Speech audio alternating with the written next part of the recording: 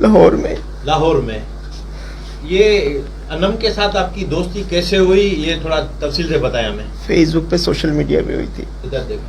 Face بک پہ social media پہ ہوئی تھی. کب سے؟ 1 سال ہو گیا تھا. کیسے آپ کا رابطہ کیسے رہا ہے تھوڑا بتائیں. سوشل میڈیا پہ میرا رابطہ رہا تھا گروپس کے اندر. اس کے بعد پھر ان کے ساتھ واٹس ایپ پہ آ گیا اور واٹس ایپ سے میری بات ہوتی رہی. اچھا کب اس کو جو ہے وہ یہاں سے لے کے گئے آپ؟ 14 تاریخ. لاہور سے کب آئے کراچی؟ اور 14 تاریخ کو آیا اور 14 تاریخ کو اس کو لے کے گیا. اس کے بتائے ہوئے جو بھی اس نے ایڈریسز بتائے تھے اس پہ. اس سے پہلے میں کبھی کراچی نہیں آیا. کراچی کون سی ایریا میں آئے آپ؟ گلشن حدید پہ آیا. گلشن حدید میں. اس کے بعد کیا ہوا؟ اس کے بعد پھر میں انہیں یہاں سے پک کر کے صبح 7 سوا 7 بجے کے قریب وہاں سے پھر میں لاہور آ گیا اسٹیشن اس پہ ٹرین سے. اچھا لاہور میں پھر کہاں پہ رہے آپ؟ لاہور میں میرے دوست کا فلیٹ تھا. ہم لوگ وہاں. کون سے ایریا میں؟ جوہر ٹاؤن والی سائڈ پہ. پورا تفصیلی بتائیں آپ. جوہر ٹاؤن والی سائڈ پہ رہا تھا. نووا پلازا اور میں بھی ایمان پلازا وہاں پہ. فلیٹ آپ نے لیا یا کرائے کا یا اپنا ہے کیا ہے؟ کرائے پہ تھا سر. اس کے بعد کیا ہوا؟ اس کے بعد ہم لوگ نکاح کے لیے گئے. نکاح کے لیے ہم عدل ایوان گئے. ایوان عدل گئے وہاں. اور اس کی تو شادی ہے، 9 سال کی بچی بھی ہے. اس ٹائم مجھے پتہ نہیں تھا اس بارے کے اندر. اور جب ہم نے یہ مینس کے نکاح کیا شرعی نکاح کیا نہیں بتایا تھا. جب ہمارا ایوان عدل کے اندر نکاح ہوا، شرعی نکاح ہوا، تو اس کے بعد نیکسٹ ڈے اور 2 دن تک ہمیں وہ رپورٹس آنی تھی وہ مینس کے آن لائن ہو کے نکاح کی. تب مجھے پتہ چلا اس پہ FIR بھی ہو گئی ہے. یہ تو مجھے پتہ تھا کہ ہو جائے گی FIR ہو جائے گی گمشدگی کا ہے. لیکن یہ تھا کہ میرے پیرنٹس راضی ہو کے اس کے گھر چلے جائیں گے اور ہم معاملے کو ٹھنڈا کر دیں گے.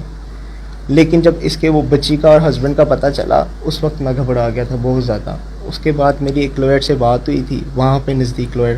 اس نے کہا تھا کہ آپ وہ ایک طرفہ طلاق لے سکتے ہیں. اس کے بعد آپ نکاح کر لیے گا. اور فردر جب یہ معاملات مجھ سے نہیں سارٹ آؤٹ ہوئے اور کوئی میرا ساتھ بھی نہیں تھا کہ مجھے سمجھ نہیں آ رہی تھی کیا کروں، تو اس واقعے کے بعد پھر مجھے کسی نے کہا کہ آپ اسے دارالعلمان بھیج دیں، یہ وہاں سے اپنا کیس خود لڑ لے گی اور بازی اب نکاح وہ اس کے طلاق ہو کے کھلا ہو کے اس کی آٹومیٹکلی پھر آپ اسے نکاح کر لیے گا. اچھا ایسے جب میں نے اس سے ایک دفعہ 20,000 اس نے مجھے بھیجا، اس میں سے بھی فون کے لیے. جب ہم نے یہاں پہ آنا تھا تو اس کو میں نے فون لے کے دینا تھا اور وہ ابھی بھی فون سر کے پاس موجود ہے. اس میں بھی میں نے 6,000 اپنے ڈالے، 25,000 کا آیا. اور دوسرا اس نے مجھے 15,000 بھیجا، 15,000 روپیہ کہ میں اس کو یہاں سے آ کے لے جاؤں، وہ بھی ٹرین پہ، برتھ پہ، ٹرین پہ. بس کئی کا نمبر یہ ہے کہ جو میری ظاہر سی بات ہے جیس کی سمس میری 3-4 ہیں جو میں نے اپنے کزن کو اپنے بھائی کو گھر میں دی ہوا ہے جیز کیش کے لیے. میرا بھائی وہ سم یوز کرتا ہے، اس کے اچھے لنک ہیں اور کچھ بھی نہیں. اور یہ بھی نہیں مجھے پتا کہ وہ دبئی کا نمبر کون سا ہے، کیونکہ اگر آپ میرا نمبر نکال کے دیکھیں گے جو میرا موجودہ فون کے اندر ہے وہ اس کے ساتھ وہ کنیکشن نہیں ہے، وہ میرے بھائی کے فون کے ریفرنس سے ہے. یہ چیز ہے.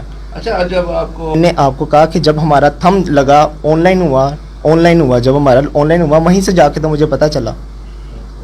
آن لائن ہوا تو مجھے وہاں سے جا کے پتہ چلا.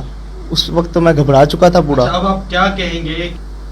سر میں تو سب سے پہلے معافی مانگوں گا، جو یہ حرکت ہوئی ہے اس طرح ہونی نہیں چاہیے تھی. پیرنٹس کو میرے جانا چاہیے تھا تاکہ میں پورے پراپر طور پہ اس چیز کو دیکھ سکوں. اور